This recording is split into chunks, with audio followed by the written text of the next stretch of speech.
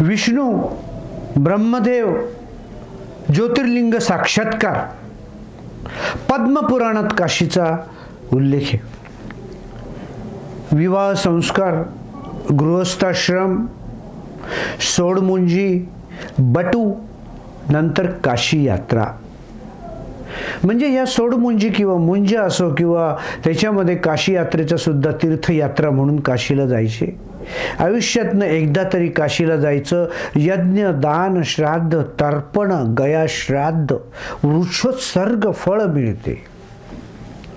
मगाच मी सांगितलं याचा उल्लेख सगळा गरुड पुराणात आहे. मृत्यू काशीलाच का, तर मोक्ष प्राप्ती. महास्मशानभूमी आहे तिथे. प्रयाग, काशी, गया त्रिस्थळी यात्रा करावी. न विसरता आदिपीठ म्हणजे काशी. 4 ते 5 हजार मंदिरं, 12 महिने गर्दी कायम.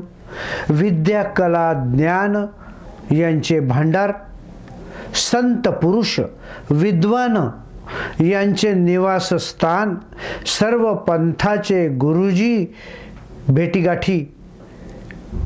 औरंगजेबाचा भाऊ दारा संस्कृत गाढा अभ्यासू होता. हे संस्कृतमध्ये अनेक घाट आहेत. तिथे संपर्क साधून आपण ह्याविषयी अजून माहिती घ्यावी आणि आपली जी जन्मकुंडली आहे किंवा मुलाची मुलीचं लग्नाचा योग किंवा इतर काही विषयी आपण फोनवर संपर्क साधून आपला मार्ग मोकळा करू शकता. उद्या भेटूया.